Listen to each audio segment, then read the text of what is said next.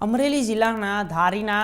હિમખીમડીપરા વિસ્તારમાં મદ્રેસા ચલાવતા મૌલવી મોહમ્મદ ફઝલ શેખના મોબાઈલ ફોનમાંથી પાકિસ્તાન અને અફઘાનિસ્તાનના સોશિયલ મીડિયા ગ્રુપ મળી આવ્યા છે। આ સાથે મૌલવીની શંકાસ્પદ ગતિવિધિઓ સામે આવ્યા બાદ એટીએસની ટીમ દ્વારા તપાસ હાથ ધરવામાં આવી હતી અને આ સમગ્ર મામલે મૌલવીએ જે મદ્રેસા ચલાવી રહ્યો હતો તે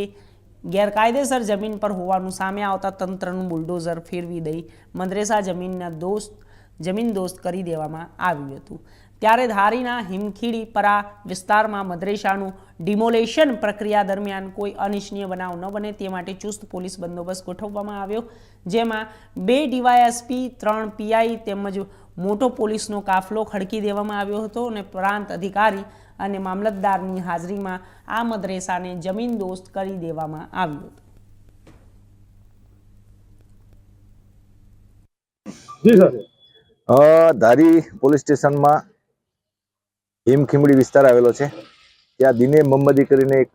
મદ્રેસા છે। એસડીએમ અને મામલતદાર ધારી ના ઇન્વેસ્ટિગેશનમાં કંઈ નીકળ્યું છે કે આ મદ્રેસા જે છે એનું કન્સ્ટ્રક્શન ગેરકાયદેસર છે અને એ બાબતે રેવન્યુમાં આખો કેસ ચલાવવામાં આવ્યો, આધાર પુરાવા માગવામાં આવ્યા અને આ મદ્રેસા બનાવનાર અને સંચાલન કરનાર કોઈની પાસે કાયદેસરતા પોતાનું કાયદેસરનું આ બાંધકામ અને જગ્યા હોવાનો આધાર પુરાવો ન મળ્યો, જેથી એનો ઓર્ડર થતાં આજરોજ એ ગેરકાયદેસર બિલ્ડિંગ બનેલી મદ્રેસા દિને મોહમ્મદી હતી જે ચલાવતા હતા અને ચાલતી હતી એને તોડવાનો એક આદેશ થયેલો અને આજે એને ડિમોલેશનનું કામ આ જગ્યાએ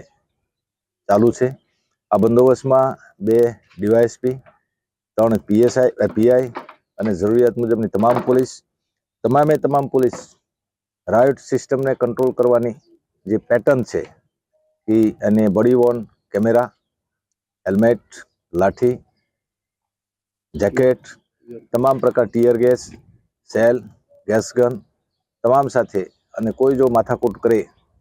તો એને અટકાવવા માટે અને એની સામે પગલાં લેવા માટે પ્રિઝન વાન પણ મંગાવવામાં આવી છે, ઇનફ સ્ટાફ છે અને આ બંદોબસ્ત માટેનું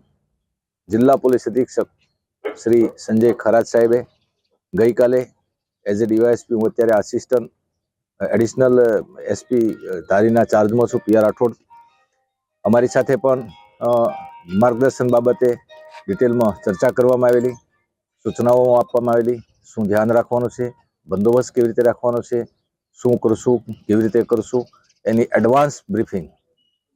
રિગાર્ડિંગ બંદોબસ્તના પ્લાનિંગ સંબંધેની એ પૂરી કર્યા પછી આ બંદોબસ્ત અત્યારે મૂકવામાં આવેલો છે। હાલમાં એ મદ્રેસા તોડવાનું કામ સારી રીતે ચાલે છે, કોઈ પણ પ્રકારનો વિક્ષેપ નથી અને જો વિક્ષેપ થાય અને કોઈ કરે તો એ બાબતે કાયદા અન્વયે જે અધિકારો પોલીસ તરીકે ઓન એક્ટિવ ડ્યુટી જે પ્રાપ્ત થયેલા છે એ મુજબ કાર્યવાહી 100% કરવામાં આવશે, પણ અત્યાર સુધી કોઈ આ બાબતે પ્રશ્ન નથી।